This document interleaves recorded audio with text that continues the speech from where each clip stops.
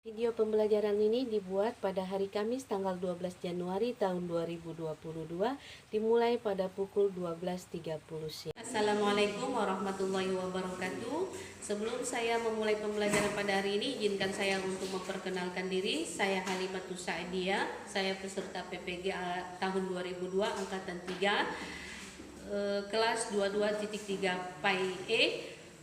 Dan saya di sini akan menyampaikan pembelajaran pada materi pendidikan agama Islam yang pada materi pokok berpakaian sesuai dengan syariat Islam. Assalamualaikum warahmatullahi wabarakatuh. Waalaikumsalam warahmatullahi wabarakatuh. Baik, anak-anakku sekalian semuanya, apa kabar? Alhamdulillah sehat. Sudah siap mengikuti pembelajaran? Kalau memang sudah siap, semuanya dalam keadaan siap duduknya, bajunya, jilbabnya semua, dasinya dirapikan, ya. Oke, sudah siap semua? Mari kita bersama-sama mengucap basmalah. Bismillahirrahmanirrahim. Sebelum kita mulai pembelajaran, kita membaca doa dulu. Silakan dipimpin Andika. Teman-teman, mari kita berdoa.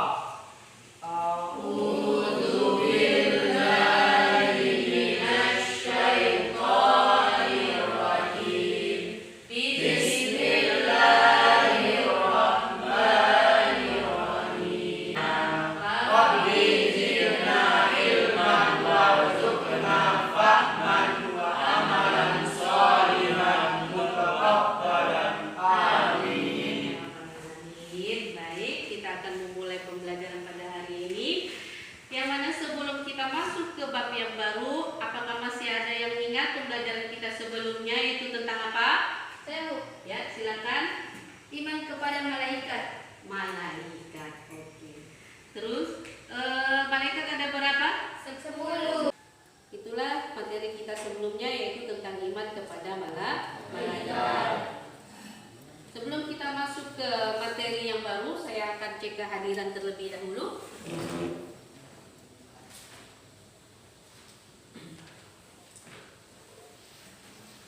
Arfiansa, Ada Bu. Andika, Ada Bu. Arif Rahman, Ada Bu. Muhammad Gufron, Ada Bu. Syukur Rahman, Ada Bu. Wirna Nurdawala, Ada Bu. Sri Wulandari, Zaldin, Ada Bu. Ayu, Ada Bu. Lisda. Ada Bu. Terus berarti semua hadir ya? Ada Bu. Baik, kita akan mulai pembelajaran kita pada hari ini. Yang sebelum kita masuk kepada materi, saya akan menyampaikan dulu apa yang menjadi tujuan daripada bab yang baru ini. Ya, tentunya materi kita pada hari ini adalah berpakaian sesuai syariat Islam. Karena yang menjadi tujuan daripada materi ini adalah pertama, terbiasa berpakaian sesuai dengan syariat Islam. Kedua, menunjukkan perilaku berpakaian sesuai dengan syariat Islam. Yang ketiga, menganalisis ketentuan berpakaian sesuai dengan syariat Islam. Dan yang terakhir adalah menyajikan keutamaan tata cara sesuai dengan syariat Islam. Adapun manfaat daripada pembelajaran berbusana sesuai dengan syariat Islam adalah tentunya yang pertama adalah meningkatkan keimanan kita kepada Allah. Kedua, cara kita untuk mendapatkan pahala dari Allah. Ketiga adalah sebagai cara untuk menghindari murka Allah dan laknat Allah. Dan yang terakhir adalah sebagai motivasi untuk diri menjadi lebih baik lagi dalam beribadah. Itu adalah manfaat daripada pembelajaran materi pada hari ini. Kita masuk kepada pembahasan. Namun itu, mengingat daripada materi ini adalah yang menjadi peta konsep. Yang pertama adalah kita akan mempelajari pengertian aurat, pengertian busana muslimah, ya, dan pengertian jilbab. Itu yang menjadi peta konsep hari ini. Kemudian kita akan mempelajari dalil-dalil daripada perintah untuk menutup aurat, dan yang terakhir bagaimana cara berpakaian yang sesuai syariat Islam.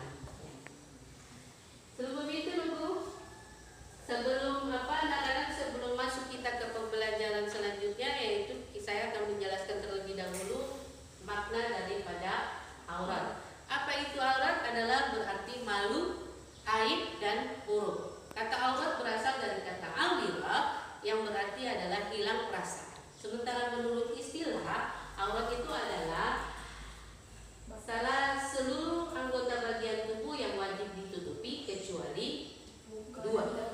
Apa itu? Muka dan kedua telapak tangan. Ya. Sampai di sini dulu. Ada yang mau bertanya? Saya Bu. Ya. Bagaimana dengan yang dimaksud berbusana tapi telanjang? Baik. Nah, bagus sekali pertanyaannya. Untuk bisa menjawab pertanyaan tadi, mari kita sama-sama dulu memahami apa itu arti daripada jilbab. Jadi kita sudah mempelajari arti daripada aurat. Jilbab adalah sebuah pakaian yang longgar untuk menutup seluruh tubuh perempuan kecuali muka dan telapak tangan.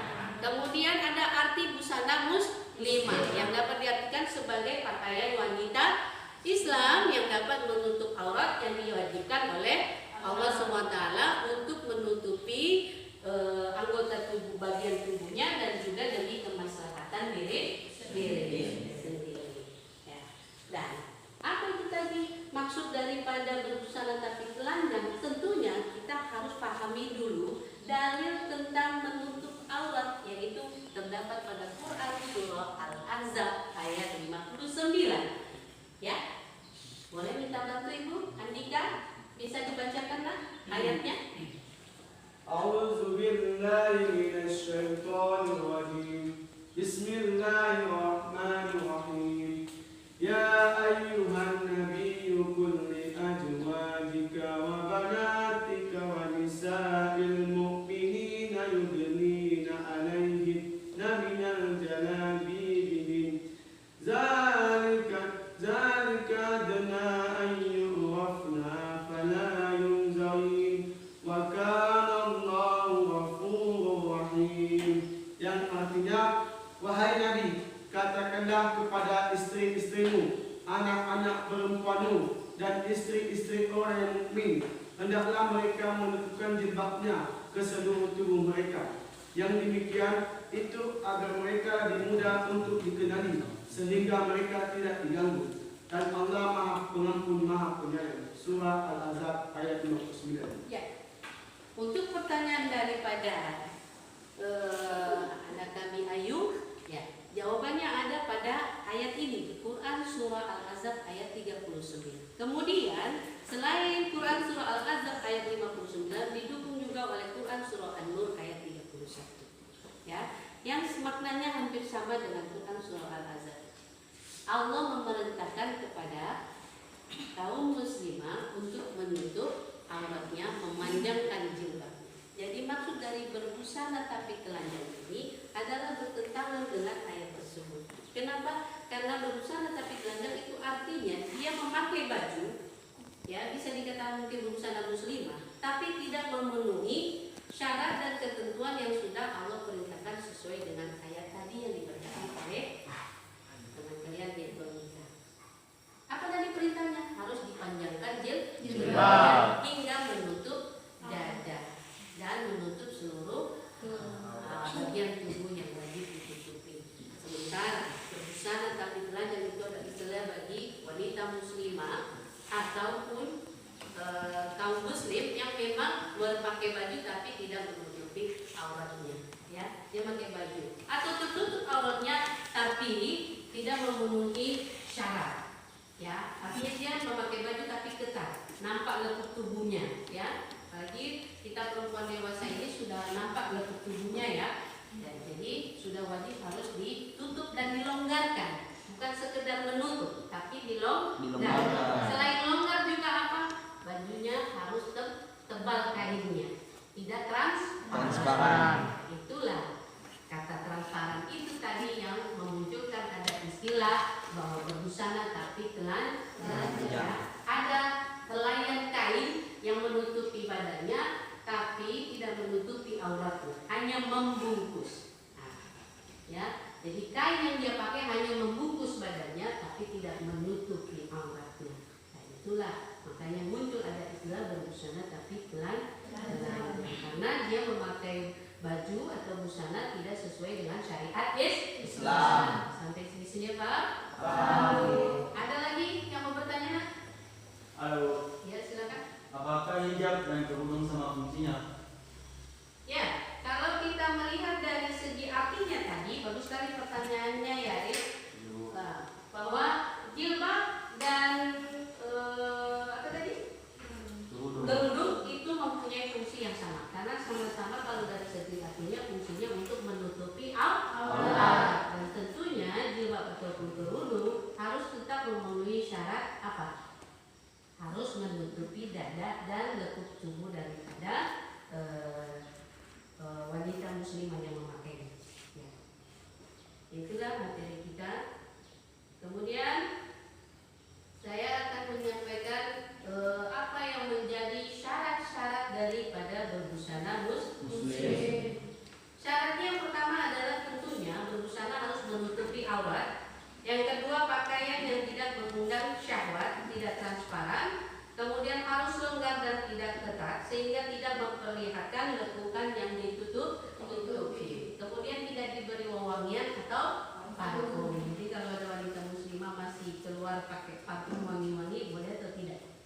Sesuai dengan Quran surah Al-Ahzab ayat 59 atau tidak? Tidak menyerupai laki-laki atau sebaliknya, bukan busana atau pakaian syuhrah, bukan untuk tabarut dan juga bukan kain sutra khusus bagi laki-laki. Ya. Inilah materi kita pada berpakaian sesuai syariat Islam. Ya. Kemudian yang menjadi tujuan dalam berpakaian dalam Islam adalah yang pertama menutup aurat adalah sebagai perhiasan. Yang kedua memelihara diri dari panas matahari dan dirinya cuaca. Yang ketiga mana? Sebagai bagian dari ibadah. Ketiga, keempat Menghindari diri dari godaan setan. kelima Sebagai identitas diri. Yang terakhir Untuk menggapai ridho Allah Subhanahu wa Ta'ala. Itu tentunya segala sesuatu aktivitas yang kita lakukan adalah harus bermuaranya ke sini yang terakhir untuk menggapai ridho Allah Subhanahu wa Ta'ala. Ada pertanyaan lain? Tidak? Sudah cukup jelas? Nah, di sini ada Ibu nampakkan contoh bagaimana pakaian syari. Mungkin kalian ada yang bertanya-tanya juga kan? Bagaimana sih Bu sebenarnya contoh yang berpakaian syari sesuai dengan Quran Al-Ahzab ayat 29 tadi? Ya ini Ibu nampakkan. Coba kalian amati dengan seksama gambarnya. Ini dengan seksama. Bagaimana? Sesuai dalilnya atau tidak ini tadi? Dari jilbabnya dulu. Sesuai. Bagaimana jilbabnya? Menutupi dada. Bajunya longgar. Lalu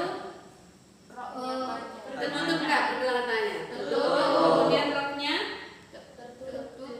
roknya tertutup sampai bagian kaki. Bahkan kakinya pakai kaos kaki.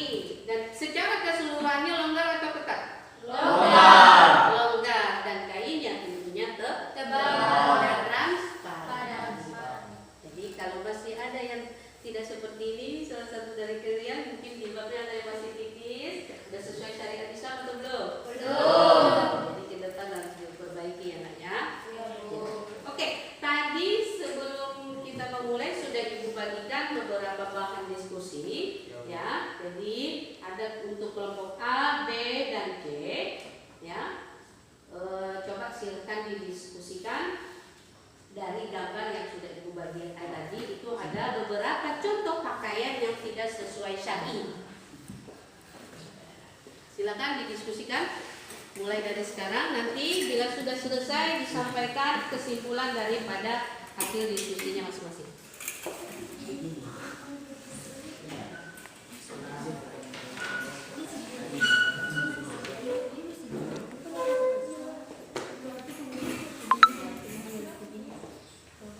Jelas gambarnya kira? Jelas Bu.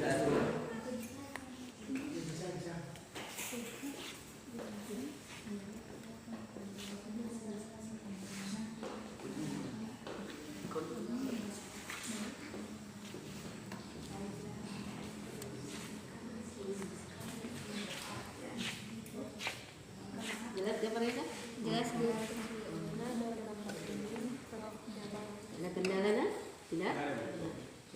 Ya, susun nanti ada lembar diskusinya di belakang, silakan dibuat kesimpulannya.